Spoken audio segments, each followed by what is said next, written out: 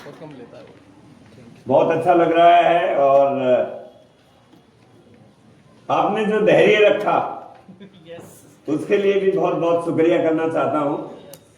आज पहली बार आगरा में आके हमें आगरा में आने के बाद यहाँ मेनू में पहुंचने के लिए 1 घंटा 40 मिनट लगे। इतना जाम लग गया था और हमारी भी बेचैनी बढ़ रही थी कि कब हम टीम से मिले। लेकिन परमात्मा कुछ परीक्षाएं लेता है और आप परीक्षा में पास हो गए। एक बार जोरदार तालियां।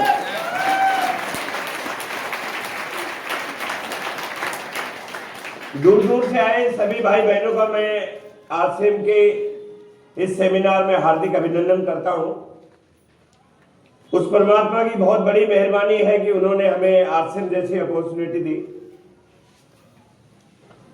और आप सीनियर साथियों का भी मैं बहुत धन्यवाद करना चाहता हूं जो आपने इतना प्यार मान सम्मान यहां पे दिया। हम जिंदगी में कभी नहीं भूलेंगे कि आगरा में बहुत बड़ा मान सम्मान मिलता है। और आज जो विषय रहेगा, कितने लोग कामयाब होना चाहते हैं? एक बार अपने लिए जोरदार ताली बजा दीजिए। आज बात होगी कामयाबी की। तो इससे पहले कि मैं अपनी बात शुरू करूं, मैं चाहूंगा आप में से जानना कि कितने ऐसे साथी हैं जो आज पहली बार किसी इवेंट में आए हैं। आरसीएम के इवेंट में कितने साथी हैं? वेलकम करता हूं आप सभी का आरसीएम परिवार में। काफी लोग हैं। दोस्तों, मेरा नाम रामकिशन है। मैं गुड़गांव हरियाणा से आया हूं और मेरा बैकग्राउंड डिफेंस का रहा है। मैं पहले इंडियन नेवी में था, फौजी रहा हूं। पहले 17-18 साल मैंने नेवी में गुजारे हैं। बहुत छोटी उम्र में मैं नेवी में गया। हरियाणा में ट्रेंड है फौज में लगने का। 18 साल की उम्र में मैं नेवी में चला गया। अब मेरी उम्र 68 ईयर है। वॉलंटरी रिटायरमेंट लिया। वॉलंटरी रिटायरमेंट लेने का मेन कारण ये रहा कि डिफेंस में पहले तनख्वाह बहुत कम रहती थी। हमारे बीच में कितने ऐसे फौजी है, फौजी है, एक्स सर्विसमैन कोई है? या हमारे अजीत जी तो है ही, और 3-4-5 फौजी है दिखाई दे रहे हैं। पहले बहुत ज्यादा पैसे नहीं मिलता था। 50 साल पहले की बात कर रहा हूं मैं, जब 3000 रुपए मिलते थे। तो उस समय मैंने 94 में एमबीए किया और वॉलंटरी रिटायरमेंट लिया। एमबीए की डिग्री के कारण मुझे मारुति उद्योग में मैनेजर की पोस्ट मिली। वहां पे आने के बाद थोड़ा सा फाइनेंशियल कंडीशन मेरी सुधरी वहां पे।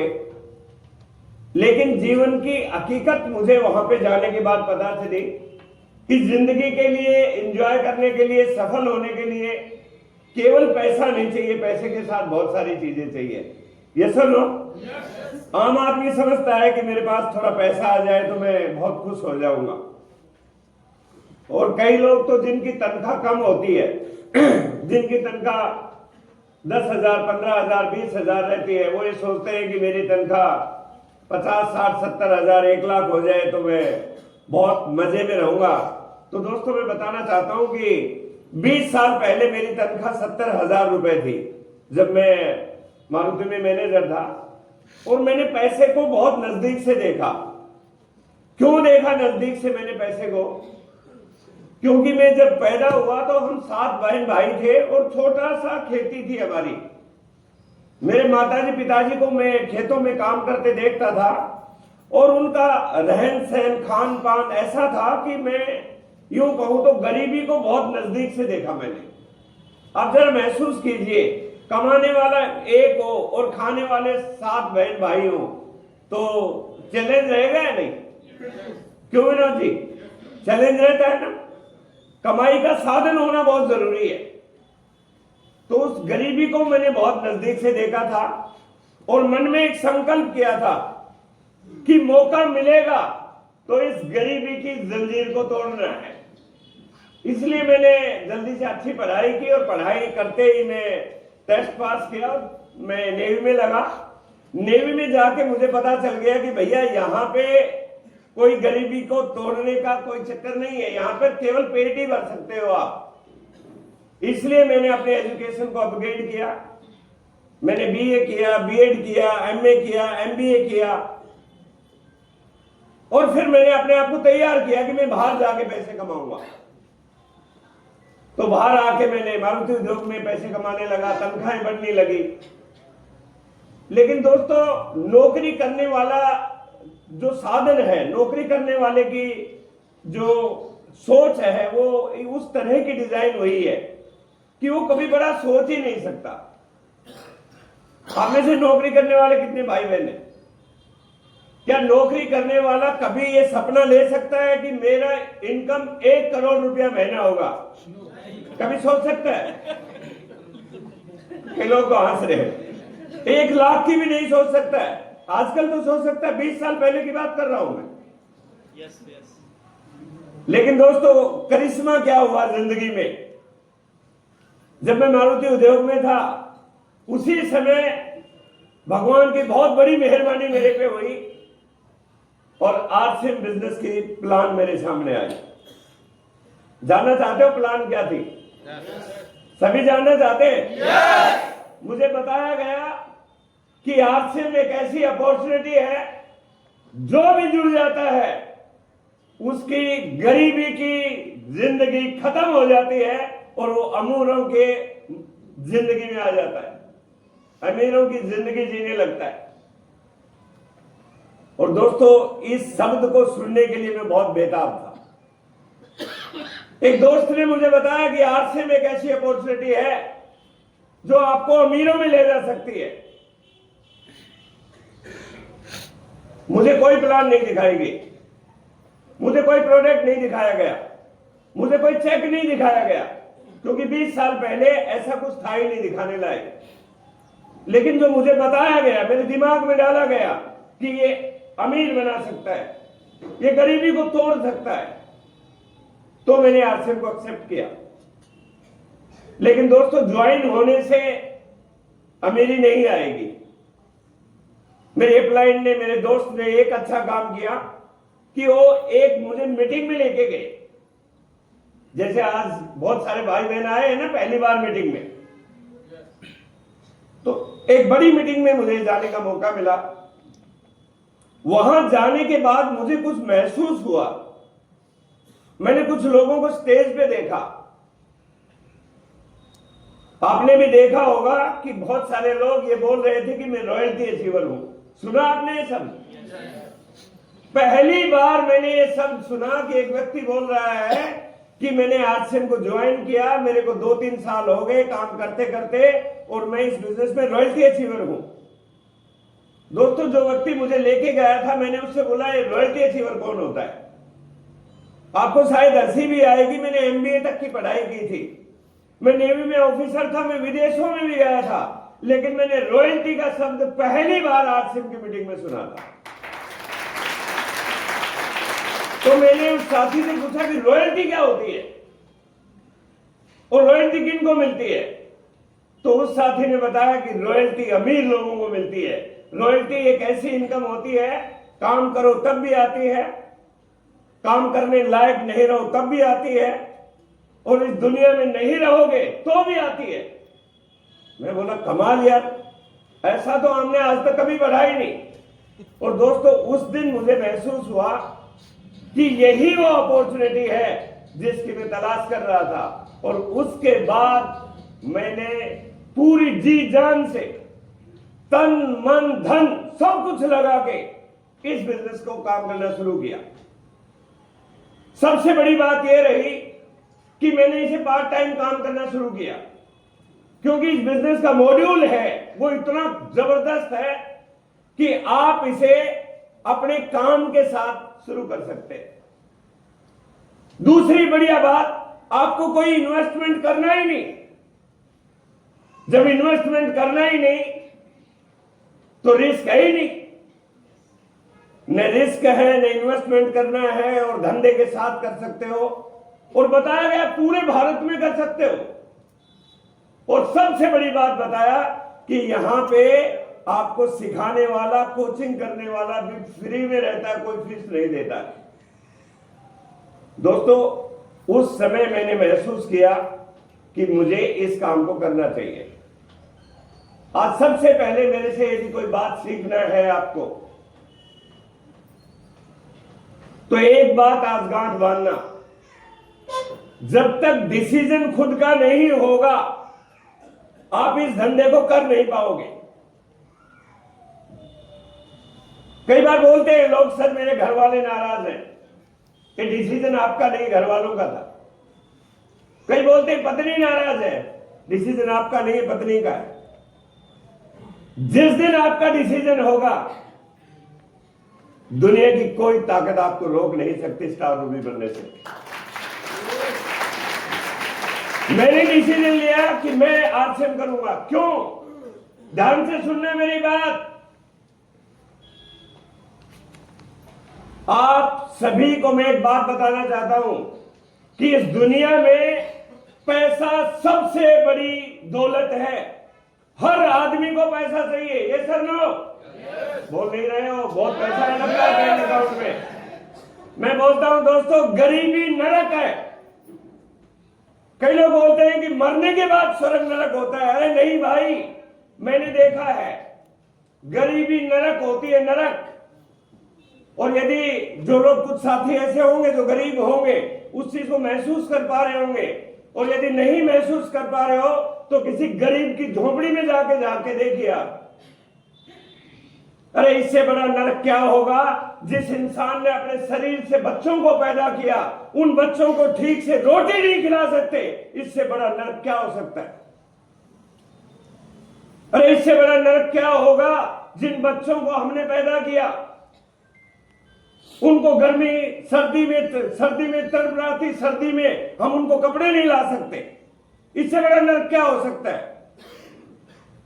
जो परिवार के लोग हैं, माता पिता है, पत्नी है, बच्चे हैं, धन के अभाव में हमने उनको अपने गोद में दम तोड़ते देखा है, इससे बड़ी नरक क्या होगा? अरे जो बच्चा बहुत अच्छी पढ़ाई कर सकता था लेकिन पैसे के अभाव में पढ़ाई नहीं कर सका, पैसे के अभाव में वो बड़ी डिग्री नहीं ले सका, वो मालिक नहीं बन सका, उस बच्चे को अपनी आंखों के सामने हमने नौकर बनते हुए देखा है, इससे बड़ा नरक क्या होगा? और यदि चाहते हो दोस्तों इस गरीबी के नरक से बाहर निकलना, तो आज मैं वो कॉन्सेप्ट आपके साथ शेयर करने वाला हूं, क्योंकि ये बंदा आज से 20 साल पहले आपकी जगह बैठा था, लेकिन मैंने अपनी जिंदगी में एक लाइन लिखी कि मुझे अवसर मिल गया, अब मैं इस नरक से न केवल अपने परिवार को निकालूंगा, लेकिन इस हिंदुस्तान में जो भी मेरे से हाथ मिलाएगा, जो भी आरसीएम से हाथ मिलाएगा, उसको हम गरीबी से बाहर निकालेंगे। और उसी लक्ष्य के साथ काम कर रहा हूं। क्या आप तैयार हैं? दोस्तों गरीबी नरक है, महसूस कीजिए। यस और नो? पैसा नहीं होता है जेब में, कोई इज्जत नहीं करता। जो लोग बोलते हैं ना कि हम तेरे साथ हैं, जिस दिन घर में कोई चीज की जरूरत हो गई, कोई मेडिकल इमरजेंसी आ गई, आप उस व्यक्ति को फोन कीजिए कि मुझे पैसे की जरूरत है, आपका फोन कट कर देगा। यस और नो? लेकिन भगवान ने आज आपको एक ऐसा अवसर दिया है, यदि आपने उसको समझ लिया, यदि आपने उस पर काम किया, तो एक दिन ऐसा होगा आप भी आगे वाली लाइनों में आ जाएंगे और लाखों रुपए आपके अकाउंट में हर महीने आएंगे। तैयार हैं? बात करें? और आज मैं बहुत सिंपल सी बात करूंगा, क्योंकि दोस्तों मैंने पुस्तकों में पढ़ा है, मैंने सुना है कि दुनिया की बड़ी चीजें बहुत आसानी से मिलती है। यदि आपने इस कंसेप्ट को बहुत गहराई से और आसानी से समझ लिया तो ये बिजनेस वारे नारे कर देगा। क्योंकि दुनिया में जहां सिस्टम काम करता है वहां पे रिजल्ट बड़े होते हैं, व्यक्तिगत काम करने के रिजल्ट लिमिटेड होते हैं। बात हम कर रहे थे पैसे की। यदि आज मैं अपने देश में पैसे कमाने के कुछ साधन बताऊं, मैं आपसे बात करूं कि हमारे देश में पैसे कमाने के कौन कौन से साधन है, यदि मैं आपसे बात करूं। देखो प्रैक्टिकल बात करने वाला हूं, मैं कोई थ्योरेटिकल आदमी नहीं हूं, मैं प्रैक्टिकल आदमी हूं बिल्कुल। और मैं पॉलिटिशियन भी नहीं हूं भाई, मैं भाषण देने नहीं आया। पॉलिटिक्स में ऐसा होता है नरेश जी, पॉलिटिक्स में ऐसा होता है, शिक्षा मंत्री उसको बना सकते हैं जो अंगूठा छाप हो, बना सकते हैं नहीं। और कमाल की बात है, स्वास्थ्य मंत्री वो बन सकता है जिसके 10 बीमारी हो। लेकिन आरसीएम में स्टार रूबी करोड़पति वही बनेगा जो वहां से चलेगा और गोडे घिसते घिसते स्टेज में आएगा, वही बनेगा। ये व्यक्ति है आपके बीच में, 20 साल पहले पिछली लाइन पे बैठा था और मैं आज सामने हूं आपके। करोड़पति बनना चाहते हैं? तो बात में कर रहा था प्रैक्टिकल, पैसा कमाने के कौन कौन से साधन है। अच्छा, मेरे को एक बात बताइए, हमारे बीच में कितने ऐसे साथी हैं जो उस जमाने के 10वीं पास किए हैं जिसमें क्वेश्चन पेपर आता था, प्रश्न होते थे 10 और बोला जाता था कोई 5 करो। कितने लोग थे? अरे बहुत सारे थे। आप तो मेरे टाइम के हो, तो आप कठिन वाले 5 करते थे या आसान वाले? आसान वाले। एक बात बता देता हूं, आसान काम करोगे तो जिंदगी कठिन हो जाएगी और कठिन काम करोगे तो जिंदगी आसान हो जाएगी। हमने आसान काम किए, लेकिन आज मैं आपको आसान सा ही काम बताता हूं, जिंदगी माला माल हो जाएगी। तैयार है? देखिए, पैसे कमाने के हमारे पास क्या साधन है? हम सारे बुद्धिजीवी हैं। आज का जमाना है टेक्नोलॉजी का। आज कोई किसी को बेवकूफ नहीं बना सकता। आज मैं झूठ नहीं बोल सकता, मेरा नाम डाल के सब कुछ देख सकते हो। यस और नो? तो पैसे कमाने के सबसे ज्यादा साधन हमारे देश में क्या है? पहले प्रैक्टिकल बातें करेंगे, बाद में मैं आज आपको एक बहुत शानदार चीज देने वाला हूं। यहाँ पे बैठा हर व्यक्ति आने वाले साल में 2026 में रॉयल्टी और टेक्निकल अचीवर बनने वाला है। ऐसा जबरदस्त काम होने वाला है। तैयार है? तो पैसे कमाने के जो साधन है, सबसे ज्यादा लोग किसके पीछे भाग रहे हैं? नौकरी। किसके? नौकरी के। और नौकरी भी सरकारी या प्राइवेट? सरकारी।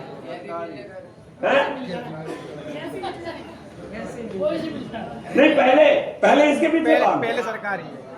देखिए, झूठ नहीं बोलना है, ये नहीं मिलती है तो और कुछ करते, पहले इसी के पीछे भाग। पैसे कमाने के जो साधन है, सबसे पहले ऊपर आता है नौकरी। लेकिन आप ईमानदारी से बताइए, नौकरियां कम हो रही है, बढ़ रही है? कम हो रही है। सबको पता है? बच्चों को क्यों बढ़ा रहे हो? देखिए, पढ़ाना कोई गलत बात नहीं है, बच्चे को पढ़ाइए, तालीम बहुत जरूरी है। बगैर सीखे तो वो अंधेरे में रहेगा।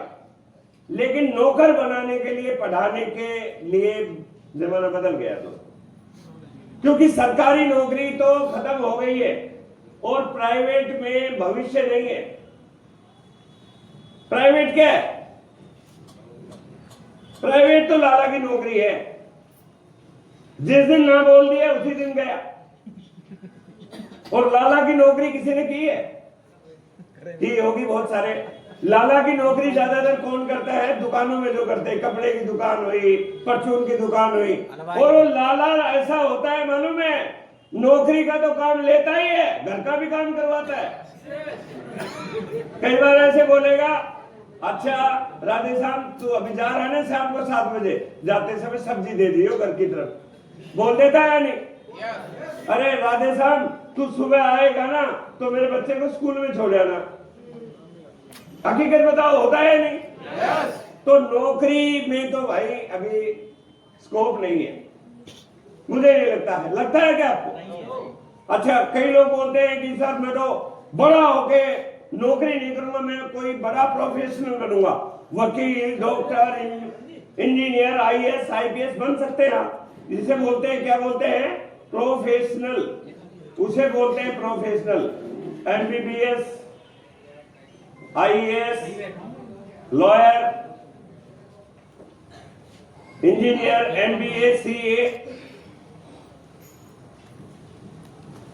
बन सकते हैं। लेकिन मैं आपसे पूछता हूं, ये बनना आसान है? एमबीबीएस, डॉक्टर बनना आसान है क्या? कोई आप में से बैठा कोई व्यक्ति अपने बच्चे को डॉक्टर बनाने के लिए कर रहा है कोशिश? देखो, मैं ये नहीं बोलता डॉक्टर बनते नहीं है, कोशिश कर रहे हो तो मैं आपके सामने आईना बता रहा हूं। यदि बच्चा पढ़ाई कर रहा है तो ध्यान रखिए, उसे एक परीक्षा पास करनी होगी जिसका नाम है नीट। ये एंट्रेंस टेस्ट है।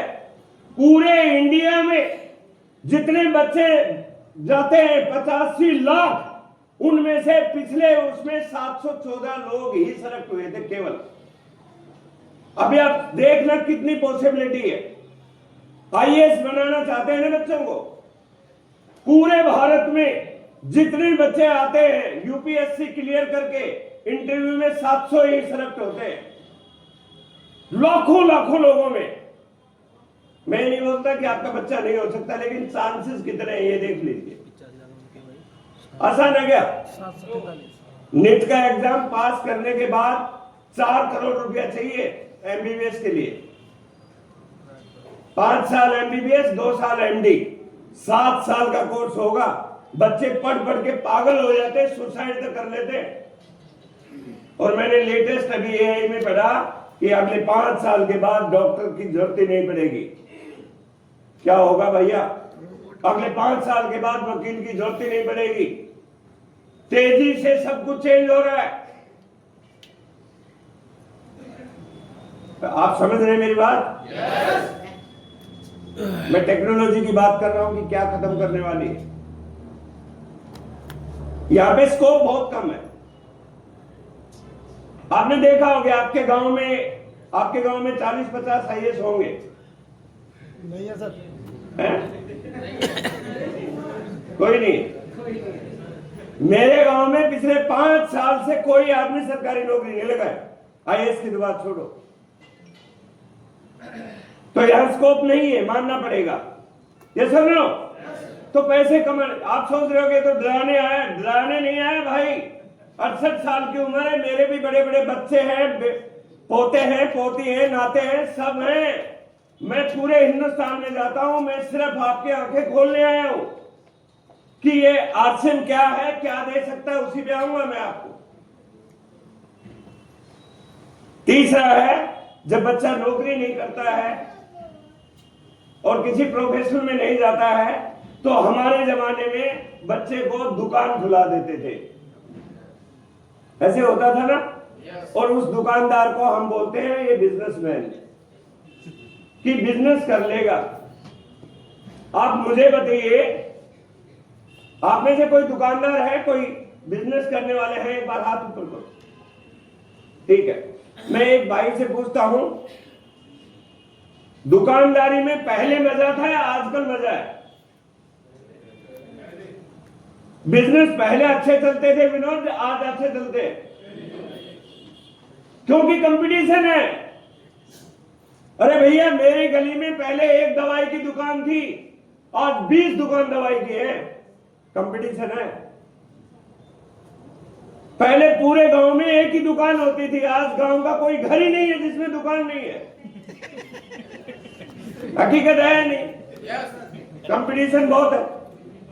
और कमाल की बात है, आगरा में एक व्यक्ति 2 करोड़ का मोबाइल का स्टोर खोलता है और आगरा में उसी का पड़ोसी मोबाइल ऑनलाइन मुंबई से मंगवाता है। होता है नहीं? तो भैया बहुत टफ कंपटीशन है।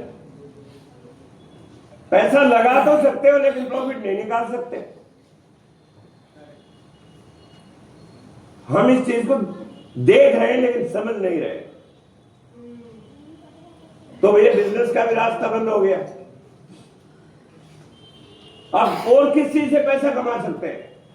हमारे टाइम में जो 50 साल पहले जिन लोगों के पास खेती थी उससे भी थोड़ा पैसा कमा लेते थे। ये सब नो। लेकिन आज की बात करता हूं, हमारे टाइम में हमारे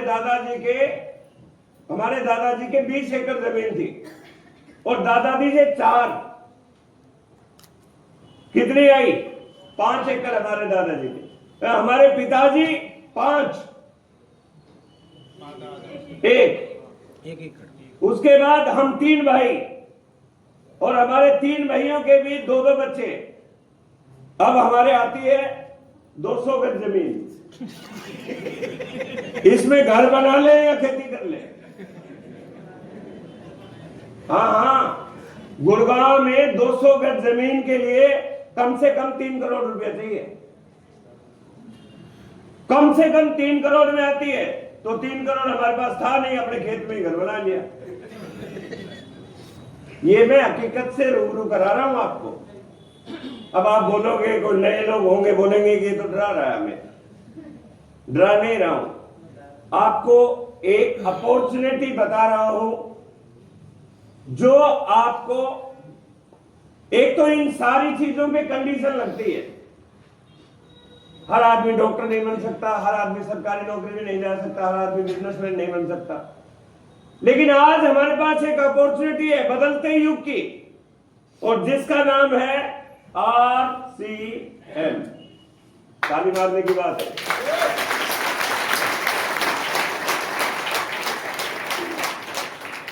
आज की डेट में हिंदुस्तान का सबसे आसान, सबसे बड़ा और सबसे बढ़िया काम है, वो है RCM। कोई कंडीशन नहीं है, कोई इन्वेस्टमेंट नहीं है, कोई जाति धर्म नहीं है, कोई रिजर्वेशन नहीं है। पूरे भारत में, चाहे हरियाणा में हो, चाहे यूपी में हो, चाहे पंजाब में हो, चाहे राजस्थान में हो, कहीं भी कर सकते हो। और एक ऐसी अपॉर्चुनिटी, यदि 3 साल ईमानदारी से उसमें कर लिया तो गरीबी नाम का नरक खत्म हो जाएगा और अमीरी शुरू हो जाएगी। करना चाहते हो? समझना चाहते हो वो क्या है?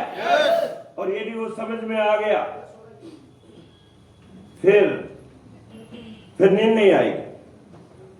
कई लोग बोलते हैं कि सर ये बिजनेस चल ही नहीं रहा है। तेरे समझ में नहीं आया भाई, समझ में नहीं आया तो रात को देख चरपाई के समय चले गए, घूमता रह गए।